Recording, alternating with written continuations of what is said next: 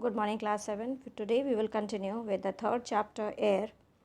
We have to start from heat budget. Thus, the amount of heat received by the surface of earth is compensated by this same amount of outgoing terrestrial radiation. Dust particles and water vapors play a dominant role in maintaining the heat balance of the earth.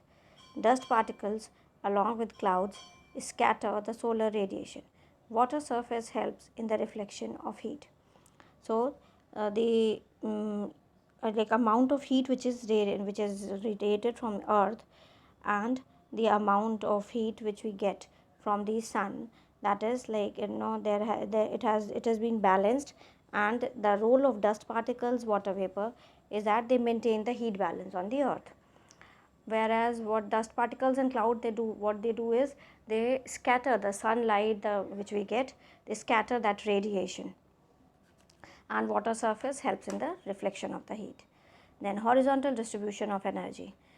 So the surface of earth is not heated uniformly. In some areas the incoming solar energy is more than the outgoing energy.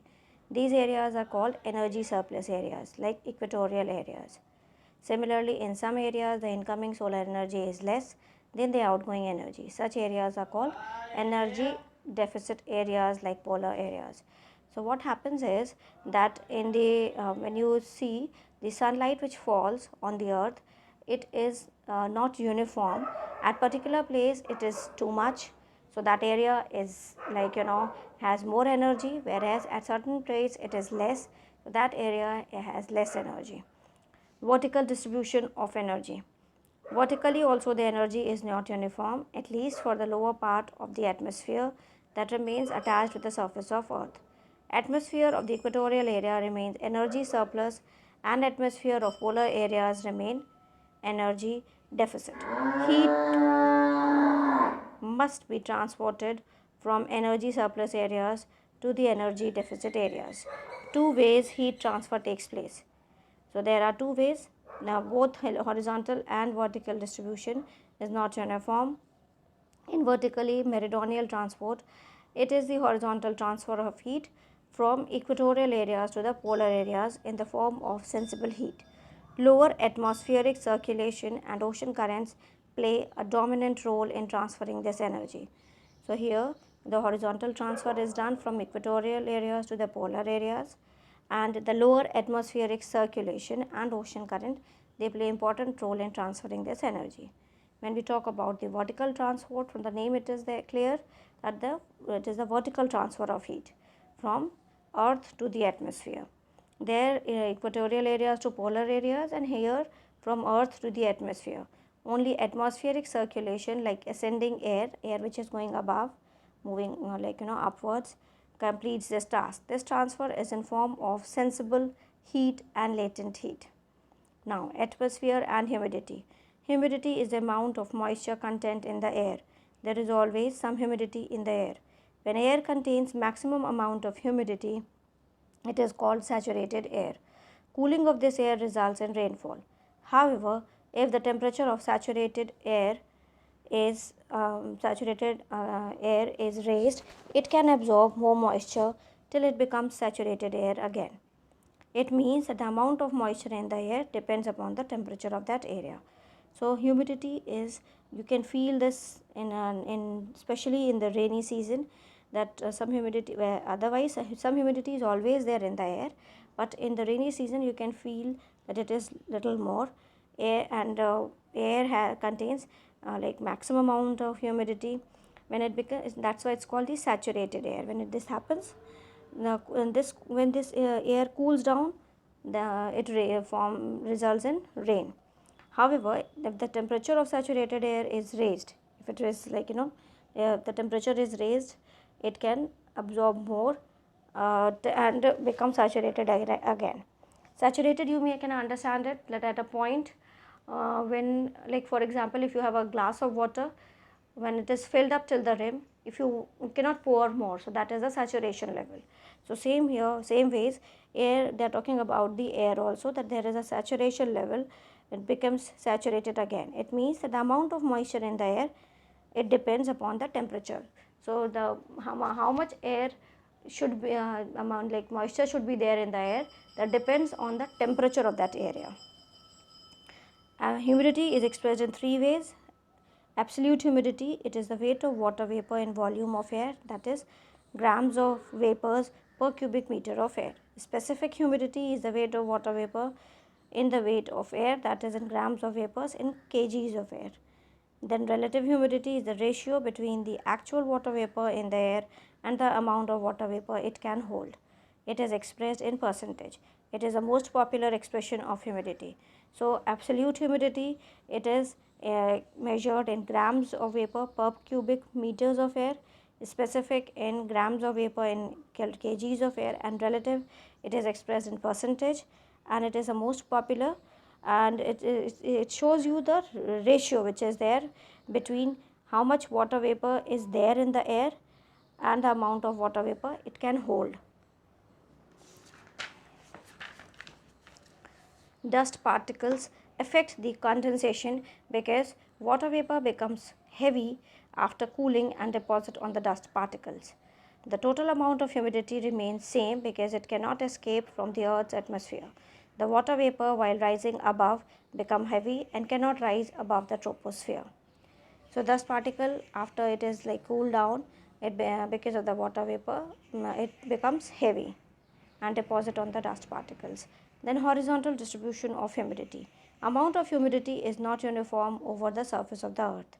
Like energy, same ways, this humidity is also not uniform. Some areas are moist like equatorial areas, while some are dry like the desert. Vertical distribution of humidity. In vertical distribution, the amount of humidity decreases with height. To maintain the balance, atmospheric circulation again plays a dominant role. Horizontally, the winds transfer the humidity from moist to dry areas. Vertically, ascending air currents take the water vapor above, but their ascent is limited to troposphere only. So, vertically the amount of humidity decreases. That means humidity decreases when you move ahead, when the height is gained. For maintaining the balance, the atmospheric circulation, here that plays a very important role. The horizontal winds transfer the humidity from moist areas to dry areas. Vertically ascending air currents take the water vapor above, but then that cannot be taken beyond troposphere. Atmosphere and gases. A variety of gases make atmosphere. Proportion wise gases are, so you can see the percentage. Other gases of the atmosphere are hydrogen, krypton, xenon, methane, etc. Oxygen is the most important of all the gases, as it is life supporting gas for all organisms. It is also required for burning the matter, therefore, it is widely used for welding. It is administered to critical patients in the hospital. So, you can see the usage of oxygen. It is used in welding, administered by critical patients. It is also used at high altitudes and underwater for breathing purpose. Its importance is increasing nowadays because of its use in the rockets and missiles. Then nitrogen, which is the largest constituent, is chemically inactive and acts as a diluent. It is widely used in the fertilizer industry and as a coolant. In medical field, it is mixed with oxygen and used as an anesthetic gas. So you can see the different uses are mentioned here of different gases. Carbon dioxide is used for the process of photosynthesis. Therefore, it is required for all green plants. It also absorbs the radiant energy of earth and re-radiates it back to the earth. Therefore, it is called the greenhouse gas. It increases the temperature of the lower atmosphere. The amount of carbon dioxide is increasing every day due to the combustion of various types of fossil fuels. There are many other uses of carbon dioxide, like used in washing soda, soft drinks, fire extinguisher, etc. Solid carbon dioxide is called dry ice, that is used in refrigeration. Its presence is required in blood also. Carbon dioxide is 1.5 times as dense as air. Ozone gas absorbs the ultraviolet rays of the sun and thus prevents earth from becoming too hot. Its other uses are water purifying, bleaching, food, sterilizing air, etc. Argon is used to fill electric light bulbs. It requires low voltage and gives blue light. Gas lasers also need argon. Neon is used in neon lamps and in refrigeration. Hydrogen is used in inflating balloons, welding, edible fats, etc. So you can see, I'll send you the table in which we will discuss the different uses of different gases. Gaseous waste. Atmosphere is a big dustbin of gaseous waste. Growing industrialization, transportation and use of pesticides and other chemicals have resulted in the release of many pollutants in the air. Capacity of atmosphere to absorb huge quantity of pollutant gases is decreasing day by day. Natural activities like volcanic eruptions also release pollutant gases like sulfur dioxide. Major gaseous pollutants released into atmosphere due to man's activity are nitrogen dioxide, nitrogen oxide, sulfur dioxide, hydrocarbons and particulate matter. So you can say that atmosphere is like a dustbin for the gaseous waste. Like as we are, because of the growing in industrialization, the transportation, lot of uses of these pesticides and other chemicals that have resulted in releasing many pollutants, and that is all there in the air only. So capacity of atmosphere to absorb the huge quantity of pollutant gases is decreasing day by day. Natural activities like volcanic eruption also release pollutant gases.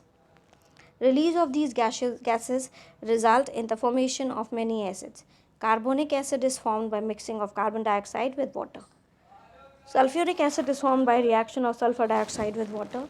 Nitric acid is formed by mixing of nitrogen oxide with water. Deposition of these acids may damage plant life, animal life, aquatic life, surface water and underground water. Excessive release of carbon dioxide leads to greenhouse effect that increases the average temperature of Earth. Effect of greenhouse refers to the warming up of Earth. Amount of carbon dioxide has increased by 28% in the last 100 years, which is attributed to burning of fossil fuels like coal, gas and oil. Acid rain is another form of air pollution. It occurs when oxides of sulfur and nitrogen combine with the moisture of atmosphere. So acid rain is a result of when sulfur oxides, when the oxides of sulfur and nitrogen they combine together, that results in acid rain. It leads to formation of sulfuric and nitric acids. Obviously, when sulfur and nitrogen their oxides they combine, that is sulfuric acid and nitric acid will be formed. This acid is brought down by the rainfall. When it reaches the earth, it can cause damage like reducing soil fertility, destroying plant life, spoiling freshwater lakes and their biotic life. The acids are also brought down by the snow, fog, etc. CFC or chlorofluorocarbons are chemicals used in refrigeration and spray cans. They are very light and can reach the second layer of atmosphere, that is stratosphere. This layer contains the life-saving ozone gas which absorbs the harmful ultraviolet rays. CFCs contain the atoms of chlorine. When CFCs reach ozone layer, the UV rays break apart the CFC, releasing the chlorine atom. The chlorine atom reacts with ozone and converts it to the simple oxygen which cannot absorb UV rays. A single atom of chlorine can destroy 100,000 molecules of ozone. This is how ozone gas is being depleted. So this is the process they have explained you, that how chlorofluorocarbons which are released from the refrigeration, from the spray cans, from the air conditioners, they reach the second layer of the atmosphere, that is the stratosphere, where the ozone gas is forming you can say a way of layer to avoid the ultraviolet rays to enter. But what happens here, that when this CFCs they reach there, so it has the atom of chlorine. That chlorine reaches the ozone layer and it breaks apart, and thus what happens, that chlorine is separated, and in this way the only oxygen is left, and that oxygen cannot absorb the ultraviolet rays, and a single atom of chlorine can destroy 100,000 molecules of ozone. So that's the reason that ozone layer is being depleted. That's all for today class. Please take care of yourselves, be safe at home, do the question answers which I will send you.